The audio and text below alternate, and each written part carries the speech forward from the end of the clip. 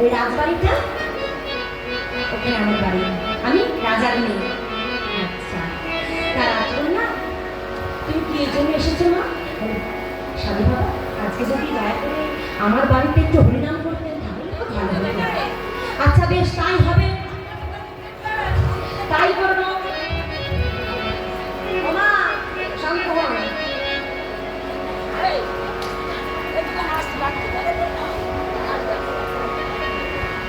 কি বলছে আমি ধরবো কিন্তু করে শুনবেন।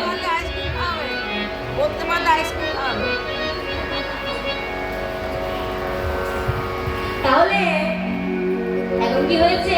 বলছে আচ্ছা বাবা, আচ্ছা মা, তাই যাবো, নাম করতে যাবো। এখন সন্ধ্যাবেলায় গিয়েছে, হরিনাম করেছে, হরিনাম করতে শেষ হয়েছে হরিনাম করা। এমন সময় তাদের জন্য এলাহি ব্যাপার।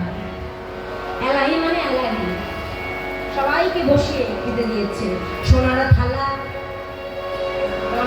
একটা চোর যখন সোনার থালা দেখেছে, ওর চোরটাও তখন সোনা হয়ে গিয়েছে। আবার একজন দেখছে সোনার বাটি, একজন দেখছে সোনার গ্লাস, সোনার চামচ, হ্যাঁ, অনেক সোনার বাটি, অনেক সোনার থালা, অনেক পঞ্চপাঞ্চ করে খেতে দিয়েছে। পেট পুড়ে গিয়েছে, বদল করেছে। আর দাসীগুলো সেই সোনার থালাগুলো ধুয়ে তাদেরকে দান করেছে।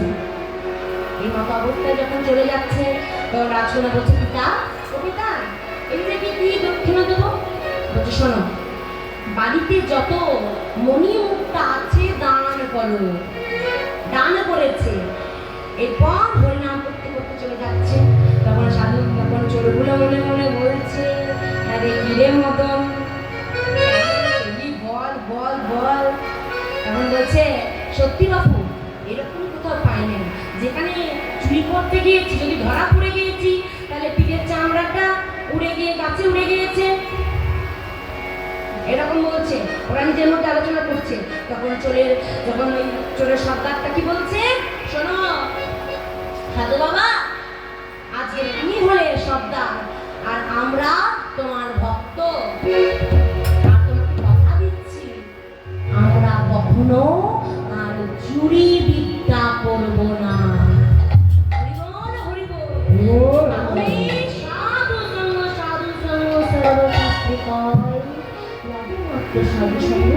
কৃষ্ণ প্রেম ভক্তি হয়। তাই সবাই মিলে আপন আপন গুরুকে স্মরণ করে সবাই মিলে আমার সঙ্গে বলুন, দিন তোমার